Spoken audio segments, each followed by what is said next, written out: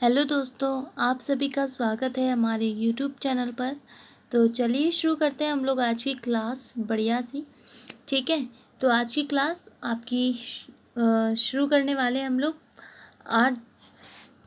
आज यानी कि 7 जुलाई 2024 के करंट अफेयर्स। तो चलिए शुरू करते हैं बिना टाइम वेस्ट करते हुए हम लोग आज की क्लास। ठीक है, और आज की क्लास का पहला क्वेश्चन आप सभी के सामने है। तो पहला क्वेश्चन है, हाल ही में राष्ट्रीय हथकरघा दिवस कब मनाया गया है? इसके ऑप्शंस हैं 4 अगस्त को, 5 अगस्त को, 6 अगस्त को या 7 अगस्त को। तो इसका सही आंसर है आप सभी का ऑप्शन डी, 4 अगस्त को राष्ट्रीय हथकरघा दिवस मनाया गया। ठीक है, राष्ट्रीय हथकरघा दिवस।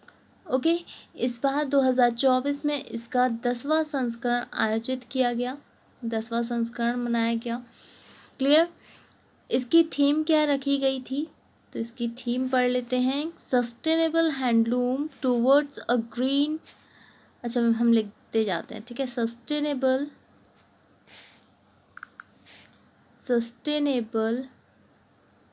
Handloom towards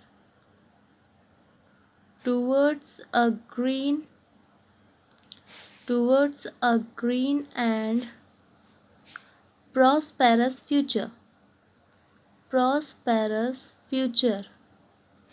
prosperous future.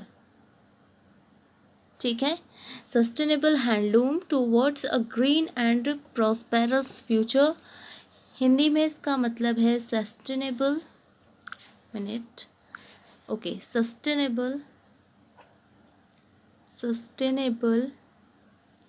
Future.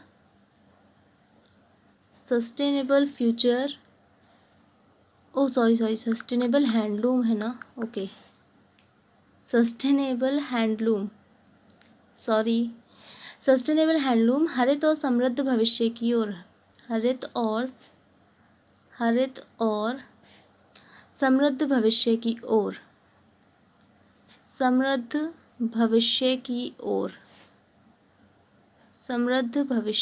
ओर, ठीक है, तो इसका ये थीम है विश्व राष्ट्रीय हथकरघा दिवस की।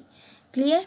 अच्छा, इसके बारे में एक और चीज़ है कि जो ये हथकरघा दिवस है, इसकी शुरुआत हमारे भारत में 2015 में हुई थी। ठीक है, 7 अगस्त 2015 को चेन्नई में नरेंद्र मोदी जी द्वारा इस दिवस की शुरुआत की गई थी।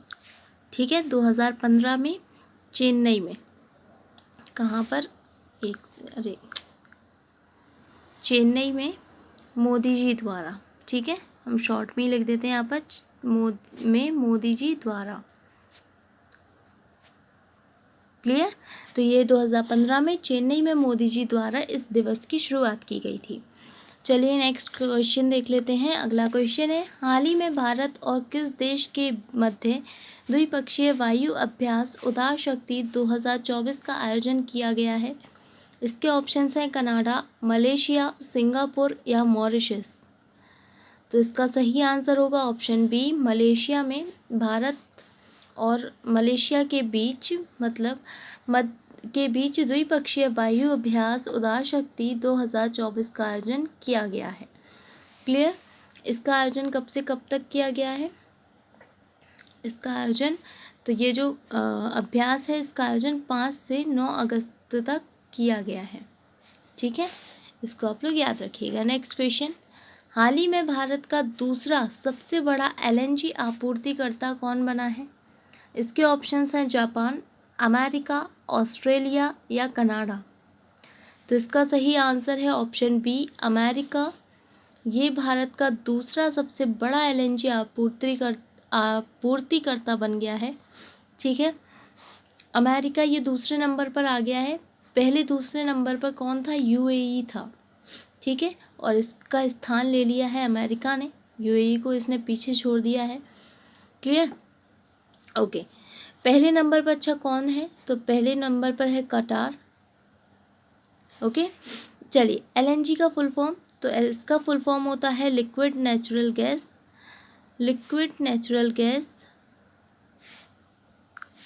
Liquefied natural gas, liquefied, sorry liquid भूल गया ना, लिक्विड बोल दिया था हमने, sorry guys sorry, liquefied natural gas. ठीक है, चलिए। अच्छा, कल का जो करंट अफेयर्स था उसमें हमने गलती से बोल दिया था कि 142वां जो पेरिस ओलंपिक हुआ था उसमें हमने 142 शायद संस्करण बोल दिया था, तो वो गलत है। 33वां संस्करण है और 142 एथलीटों ने भाग लिया है भारत से। ठीक है, वो गलती से बोल गया था, सॉरी, आप लोग उसको सही कर लीजिएगा। चलिए नेक्स्ट क्वेश्चन पर चलते हैं। हाल ही में केंद्र सरकार ने कहाँ नए मोर अभ्यारण्य की घोषणा की है? इसके ऑप्शंस है कर्नाटक में, तमिलनाडु में, असम में या गुजरात में। तो इसका सही आंसर होगा ऑप्शन ए, कर्नाटक में। केंद्र सरकार ने एक नए मोर अभ्यारण्य की शुरुआत की है। ठीक है, इसकी घोषणा की है और इस मोर अभ्यारण्य का नाम है आदि चुंचनगिरी। ये जो मोर अभ्यारण्य है ये कहाँ, इसका नाम क्या है? आदि चुंचनगिरी, अरे आदि चुंचनगिरी। ठीक है, तो इसको आप लोग याद रखिएगा इसका नाम।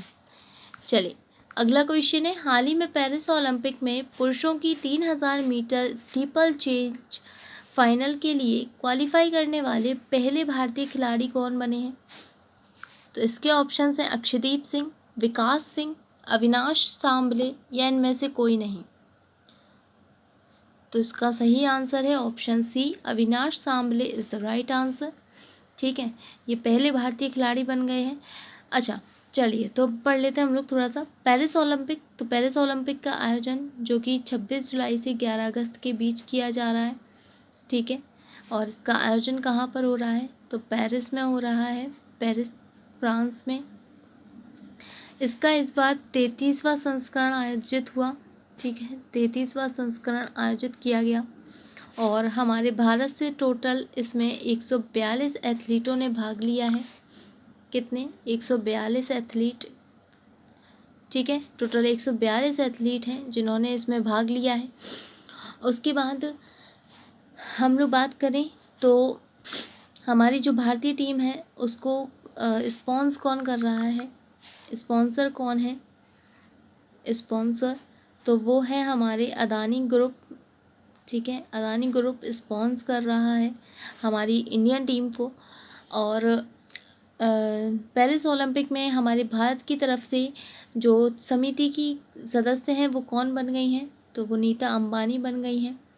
ठीक है, अच्छा, पेरिस ओलंपिक में जो शुरुआत में यानी कि ओपनिंग सेरेमनी में जो ध्वजवाहक थे वो कौन थे? तो उनके नाम है पीवी सिंधु और शरद कमल। ठीक है, पीवी सिंधु और शरद कमल, ये दो ओपनिंग सेरेमनी में ध्वजवाहक रहे थे।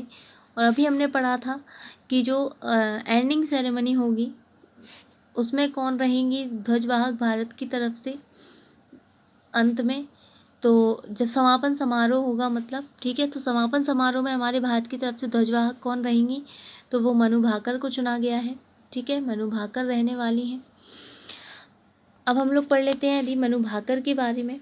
तो मनु भाकर जो कि 2 मेडल जीतने वाली पहली भारतीय महिला बन गई हैं और ये 2 मेडल जीत कर लाई हैं। दोनों ब्रॉन्ज मेडल हैं। ठीक है, दोनों ब्रॉन्ज मेडल इन्होंने जीते हैं। और किस में जीते हैं? तो शूटिंग में ये जीत कर लाई हैं भारत के लिए। उसके बाद यदि हम लोग बात करें तो मनु भाकर ने 10 मीटर एयर पिस्टल इवेंट में ये पदक जीता है, एयर पिस्टल इवेंट में। ठीक है, उसके बाद फिर मनु भाकर और मनु भाकर ने सरबजोत सिंह के साथ मिलकर भी पदक जीता। सरबजोत सिंह के साथ उन्होंने 10 मीटर एयर पिस्टल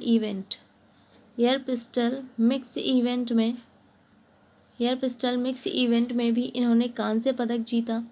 ठीक है, कांस्य पदक।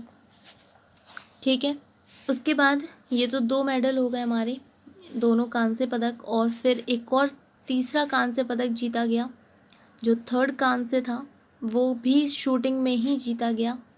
ठीक है, टोटल अभी तक हमारे यहाँ 3 मेडल आ चुके हैं और 3 मेडल आए हैं और तीनों ही कांस्य पदक आए हैं और तीनों ही किस में आए हैं, शूटिंग में आए हैं।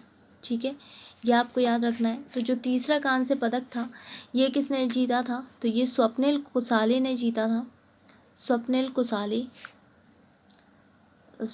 कुसाले, ठीक है, ये स्वप्निल कुसाले ने जीता। किस में जीता था, तो ये इन्होंने 5 मीटर राइफल 3 पोजीशन में, ठीक है, 3 पोजीशन इवेंट में इन्होंने ये पदक जीता। ठीक है, तो अभी तक भारत के पास टोटल 3 पदक आए हैं, तीनों ही कांस्य हैं और तीनों ही शूटिंग में आए हैं। ठीक है, तो इतनी चीज़ें अभी तक आपको याद रखनी है। ओके, ये है पेरिस ओलंपिक के बारे में। चलिए, तो नेक्स्ट क्वेश्चन पर चलते हैं और अगला क्वेश्चन है, हाल ही में किस देश के पूर्व क्रिकेटर ग्राहम थोरपे का निधन हो गया है। इसके ऑप्शंस हैं इंग्लैंड, न्यूजीलैंड, दक्षिण अफ्रीका या ऑस्ट्रेलिया। तो इसका सही आंसर है आप सभी का ऑप्शन ए, इंग्लैंड के खिलाड़ी पूर्व क्रिकेटर ग्राहम थोरपे, जिनका निधन हो गया है। नेक्स्ट क्वेश्चन है, हाल ही में राष्ट्रपति द्रौपदी मुर्मू को किस देश के सर्वोच्च नागरिक सम्मान से सम्मानित किया गया है। इसके ऑप्शंस हैं फिजी, तिमोर लेस्ते, न्यूजीलैंड और कनाडा। तो इसके ऑप्शंस है, इसका आंसर सही होगा ऑप्शन ए, फिजी के सर्वोच्च नागरिक सम्मान से हाल ही में द्रौपदी मुर्मू को सम्मानित किया गया। ठीक है, अच्छा, इस नागरिक सम्मान का नाम ज़रूर याद रख लेना, champion of the order of Fiji, champion of the order of Fiji. ठीक है, इसकी स्थापना कब हुई थी, मतलब इसकी शुरुआत कब की गई थी, फिजी में 1995 में की गई थी और ये फिजी का सर्वोच्च नागरिक सम्मान है जिससे हमारी देश की राष्ट्रपति द्रौपदी मुर्मू को सम्मानित किया गया है। अभी हम लोगों ने कुछ दिन पहले ही पढ़ा था कि ये फिजी और तिमोर लेस्ते जो द्रौपदी मुर्मू हैं, ये फिजी और तिमोर लेस्ते का जो फिजी और तिमोर लेस्ते की यात्रा करने वाली ये पहली भारतीय राष्ट्रपति बन गई थी। ठीक है, और ये 3 देशों की यात्रा पर अभी निकली हैं, फिजी, तिमोर लेस्ते और न्यूजीलैंड की। ठीक है, चलिए अगले क्वेश्चन पर चलते हैं और नेक्स्ट क्वेश्चन है, हाल ही में कहाँ 1500 लोगों ने एक साथ डमरू बजाकर विश्व रिकॉर्ड बनाया है। इसके ऑप्शंस हैं अयोध्या, ऋषिकेश, मथुरा या उज्जैन।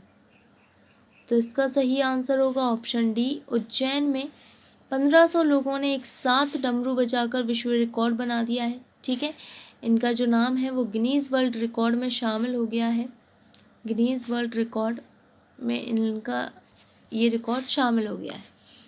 अगला क्वेश्चन है, हाल ही में फॉर्च्यून ग्लोबल 500 सूची में कितनी भारतीय कंपनियों को शामिल किया गया है। इसके ऑप्शंस हैं 6, 9, 8 या 3। तो इसका सही आंसर है ऑप्शन बी, 9 कंपनियों को शामिल किया गया है जो फॉर्च्यून ग्लोबल 500 की सूची है उसमें। ठीक है, तो इसमें हम लोग पढ़ लेते हैं कौन सी वो 9 कंपनियां हैं। तो ये है आपके सामने वो 9 कंपनियां जिनको इसमें शामिल किया गया है।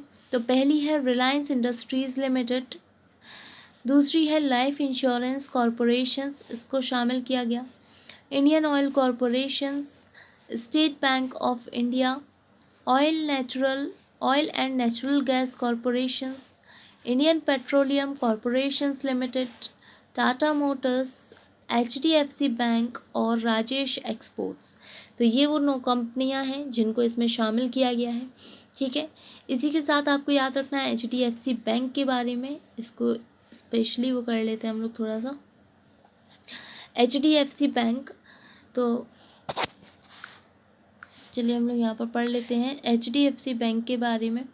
तो जो HDFC बैंक है जिसको इसमें शामिल किया गया है, ठीक है, ये पहली बार शामिल हुई है, भारत की ऐसी कंपनी जिसे पहली बार शामिल किया गया है फॉर्च्यून ग्लोबल 500 की सूची में, तो वो है HDFC बैंक। ठीक है, पहली बार पहली बार शामिल होने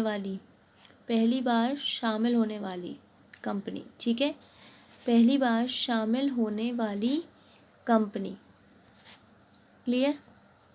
चलो, अच्छा HDFC, तो HDFC का फुल फॉर्म क्या होता है? इसका फुल फॉर्म होता है housing development finance corporation. Housing development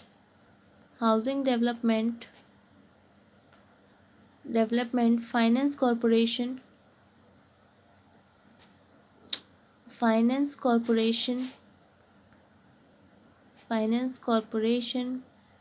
ठीक है। इसकी स्थापना कब हुई थी? तो इसकी स्थापना 1994 में हुई थी और इसका हेडक्वार्टर आपका मुंबई में है, ठीक है। HDFC के CEO या MD कौन है? तो इसके CEO हैं शशिधर जगदीशन,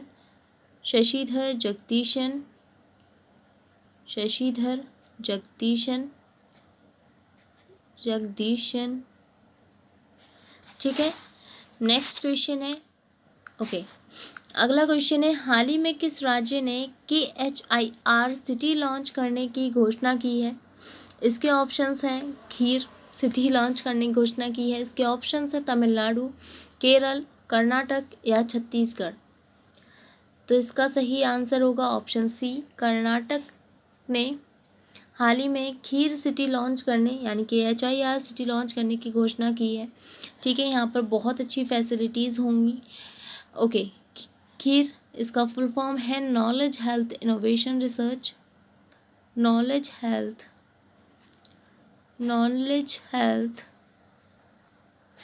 इनोवेशन रिसर्च,